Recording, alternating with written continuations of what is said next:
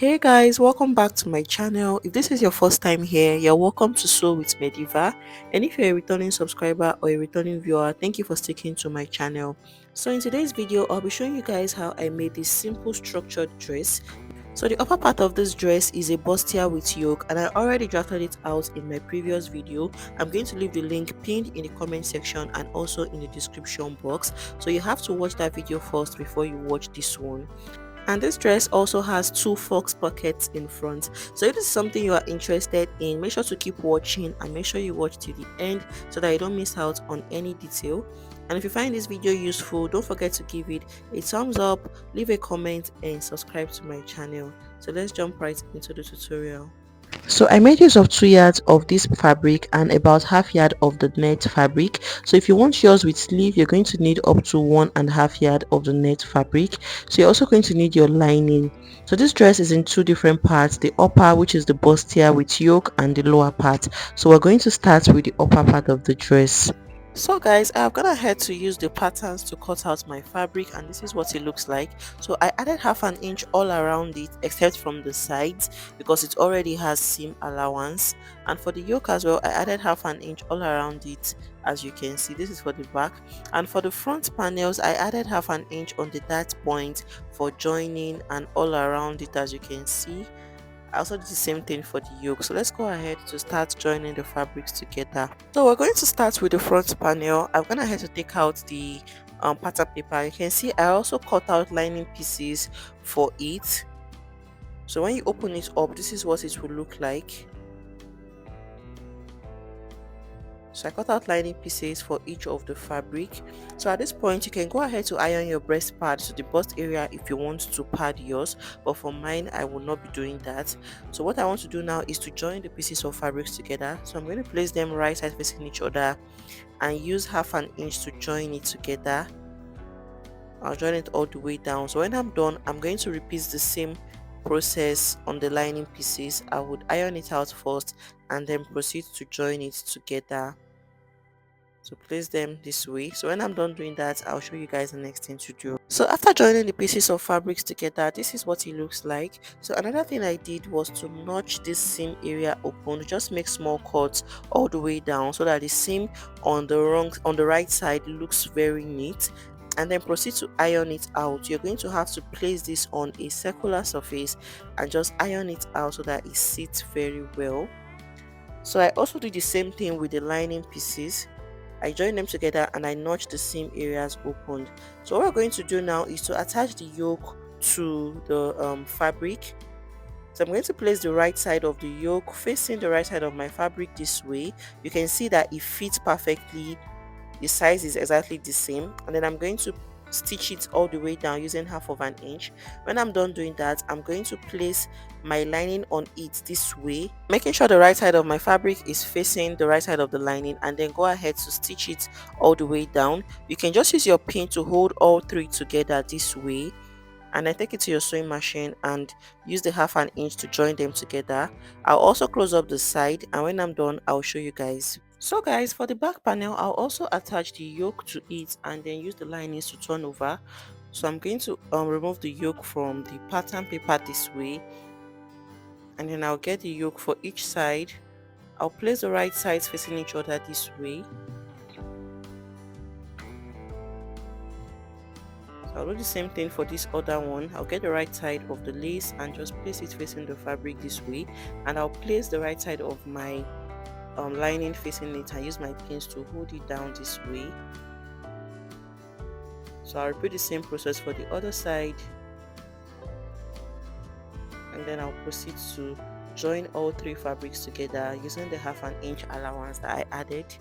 I'll close up the zipper allowance as well using less than half of an inch and the side. So when I'm done I'll show you. So after I joined the three together, I notched the seam and I turned over to the right side. So this is what we have. This is how neat the wrong side looks. So I have also done the same thing for the back panels, and this is what it looks like. You can see how neat it looks. So we are done with the upper part of this dress. So right now let's proceed to work on the lower part of the dress. So moving to the lower part, I have gone ahead to cut out my fabric, and it is in a fold of 2. I'm cutting both the front and the back panels together. So the back panel is 1.5 inches bigger than the front panel because of the zipper allowance. So the full length of this dress is 37 inches, and I have already worked with 16.5 inches for the upper part. So I am left with 20.5 inches for this lower part. So I'm going to mark 21 inches for the full length, because I'm still going to take out half an inch at the upper part, and then the remaining 1 inch is for to finish the base. And then the wideness of my fabric, to fold your fabric, go ahead to divide your round hip measurement by 4, add 1 or 2 inches for ease, and then add about 3 extra inches or 4 inches depending on how wide you want the A-line, the lower part, to be. So for mine, I added 3 extra inches plus my seam allowance. So right now I'm going to just take half an inch at the upper part of the fabric, which is going to serve as the joining allowance. So that line is going to serve as the waistline. So from my waist to my hip line is 10.5 inches. Go ahead to mark your own measurement and extend the line this way. This is the only measurement you're going to need. So the next thing we're going to do is to place the round body measurement. So on this line, I'm going to place my round waist measurements divided by 4, which is 9 inches. I'll add 1 inch for that and 1 inch for seam allowance. So on the hip line, I'm going to mark my round hip measurements divided by 4, and then I'll add 1 inch to it to give it that effect that you want. So if you want yours wider, you can mark 2 extra inches to it, and then I added my seam allowance of 1 inch. So I'll go ahead to connect the points together this way. After that, I'm going to measure what I have on the hip line and then place it on the lower part of my dress. So I'm going to place 13 inches I have there, and then I'll add 2 extra inches to it and then just connect it all the way down. So if you want yours wider than mine, you can go ahead to add more allowance to the hip line and to the lower part of the dress. So on this part, I'll come up by 1 inch and just blend it in to the base of the dress this way. So after that, let's go ahead to place the dart. So on the front panel, I'm going to come in by 4 inches, which is my nipple to nipple measurements divided by 2, and then I'll come down by 6 inches. I came down by 6 inches, and then I'll connect it all the way up. So I'm going to take 0.5 inches, half of an inch on both sides of the line, and then connect it to create the dart point. So I'll notch this dart point and then proceed to cut it out. I'll cut the base, and then I'll open the center back because of the zipper allowance. So when you open it up, this is what you should have. So let's go ahead to cut out lining pieces for it. So I have gone ahead to use the fabric to cut out lining, and another thing I did was to iron my stay, my gum stay, on the wrong side of the lining. This is going to give your dress that structure at the base when you wear it. So because the fabric is very light, so you need to add structure to it to give it that standing effect. So I ironed on the wrong side of the back panels as well. So this is what it looks like. You can go ahead to use your air stay, or you can use your paper stay. So right now I'm going to place the right side of the lining facing the right side of the fabric this way, and go ahead to close up the sides. I'll close up the side, stitch it down, and I'll also close up the base with the sewing allowance. I'll leave the upper part open and then turn it over to the right side. So I'm going to repeat the same process for the back panels. I'll place the right side of the lining facing the right side of the fabric this way, and then go ahead to close up the sides and the lower part. So when I'm done doing all of that, I'll show you guys what it looks like. So after stitching the lining and the fabric together, I turned it over to the right side, and this is what it looks like. So you can see the structure that it is giving the fabric already because of the stay on the inside. I also took in the dart on the wrong side, and I went ahead to iron it out. So these are the back panels. I have done the same thing, and I took in the dart also. So you can see the effects of the stay on the fabric. It looks structured already. So the next thing to do is to join the upper and the lower parts together. So I'm going to place the upper part on it this way, making sure the darts are sitting on each other. So you can see that the darts are sitting directly on each other. The upper and the lower darts are sitting on each other this way. So go ahead to use your pins to secure it. Hold it down this way, and then take it to your sewing machine and join the two fabrics together using the half an inch allowance. So when I'm done, I'm going to repeat the same process for the back. I'll place it facing each other this way, and then go ahead to join together with my pin before stitching all the way down. Stitch it down. So when I'm done doing all of that, I'll show you guys the next thing to do. So after joining the upper and the lower parts together, this is what it looks like. You can see the dress taking shape already. And I've also gone ahead to join the upper and lower parts of the back panels together, and this is what we have. The next thing we want to do is to create the fox pocket that we have in front. So this is optional. So I've gone ahead to cut out the fabric for the pocket, and this is what we have. I'm going to fold it in this way. So the dimension of the fabric is 9 inches long and 6 inches wide, as you can see. So I'm going to fold them like this, making sure the right side are facing each other, and then I will close up the sides using half of an inch. I'll leave that part open for turning over.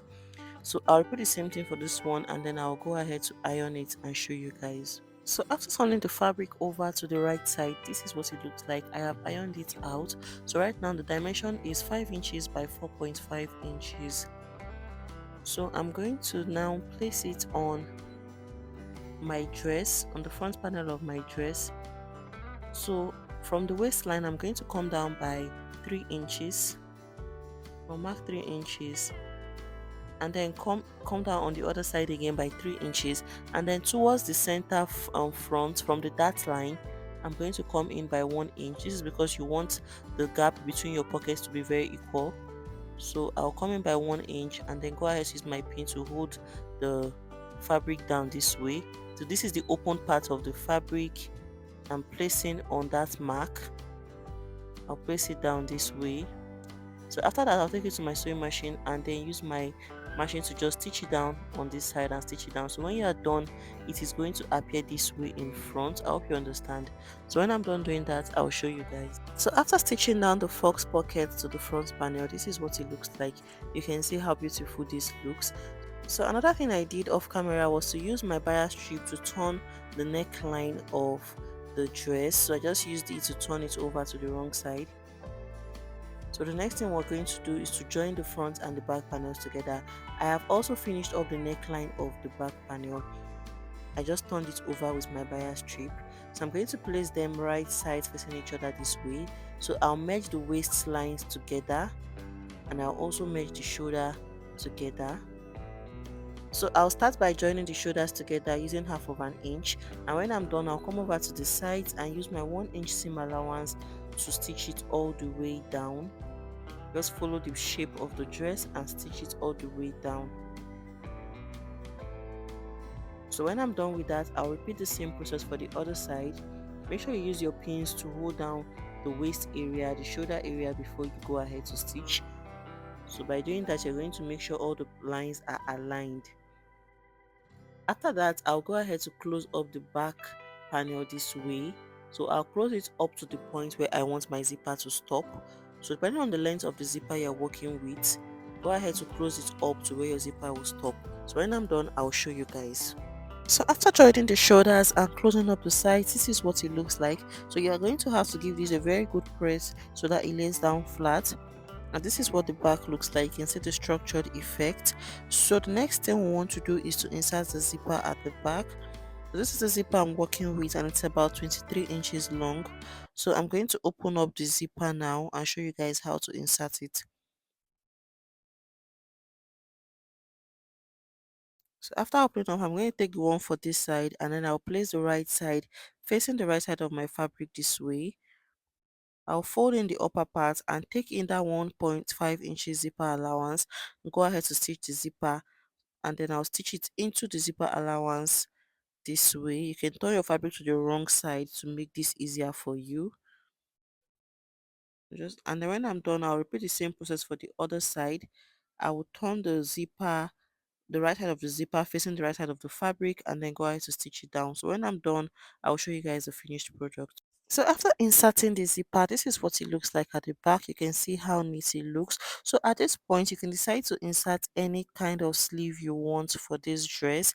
But for mine, I'm just going to finish up the armhole area with my bias strip and wear it that way. So this is where we end this video for today, guys. I hope you found it useful and I hope you learned something new. So don't forget to give this video a thumbs up, leave a comment, subscribe to my channel, and I'll see you guys in my next video. Bye.